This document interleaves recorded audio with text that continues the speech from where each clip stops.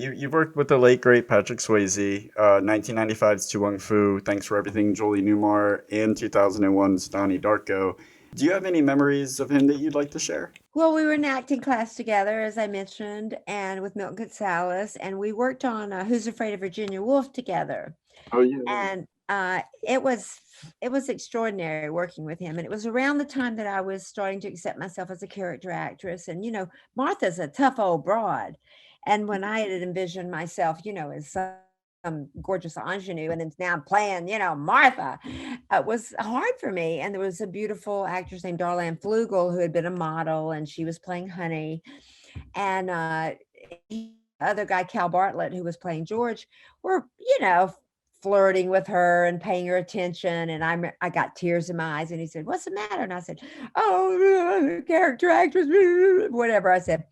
And he got me by the shoulders. He said, "Don't you know Colleen Dewhurst is beautiful? Don't you know Maureen Stapleton is beautiful? You're beautiful." And da, da, da, da, whatever he said meant a lot to me at that time. Really helped me accept who I am as a human being. And then we're in Tu Wong Fu, and after they've done us up, and we're looking good, and I've got the boa, and I'm coming downstairs, and I had played it the first take as very campy, and ba ba ba ba ba, and he came over and just whispered to me. He said, "Maybe this is a little bit like that day in rehearsal." And I was like, "Oh my God," I immediately filled up, and I came down the stairs in a very vulnerable way. And I was very moved because Baby Ugly, was pretty now.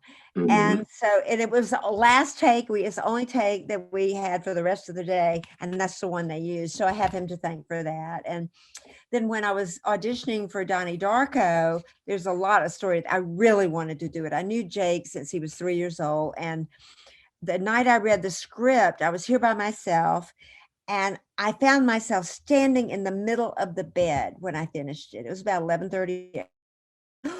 This is brilliant. This is brilliant. I want to do this movie.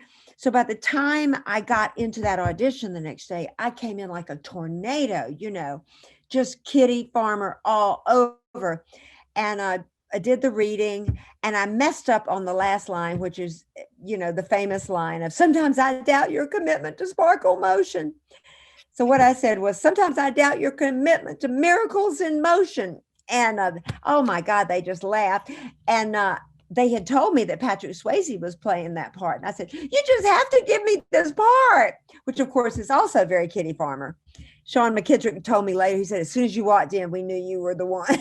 Oh my Because I was just chewing my arm off, to get this part. So, but it really did send me over the edge because I already wanted it to get to work with Jake, and the script was so good. But then for him to be playing my hero, and he was brave. He turns out to be, a child pornography ring. He's running a child. So, he was a brave actor. And plus he was a beloved friend, and his wife. And yeah, I worked with her too in class, and we just loved each other. And at the memorial service, it was so beautiful. I mean, they had it over at the Sony lot, and they, on our cars, they had a picture of him riding bareback on his, white Palomino with his shirt off. And then inside they had drummers, and it was just a beautiful, beautiful day. Gorgeous. Amazing. But it was beautiful, but I still miss him a lot. I really do.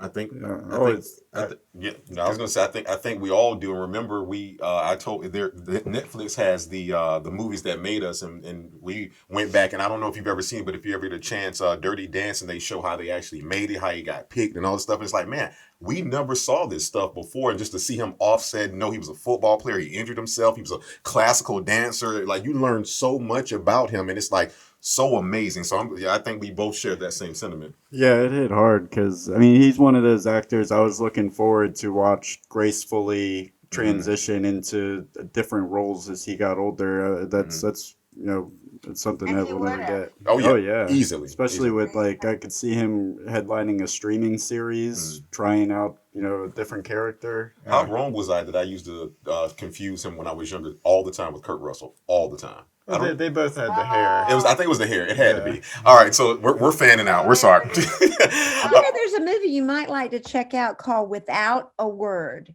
and his wife directed it, and it's about them as dancers. They met in his mother's dancing class. That's how they met in Texas. So without a And word. they developed it in our class. And I think it's a terrific movie. It didn't get a lot of play, but that doesn't mean anything. As you know, a lot of movies don't. But it's called Without a Word.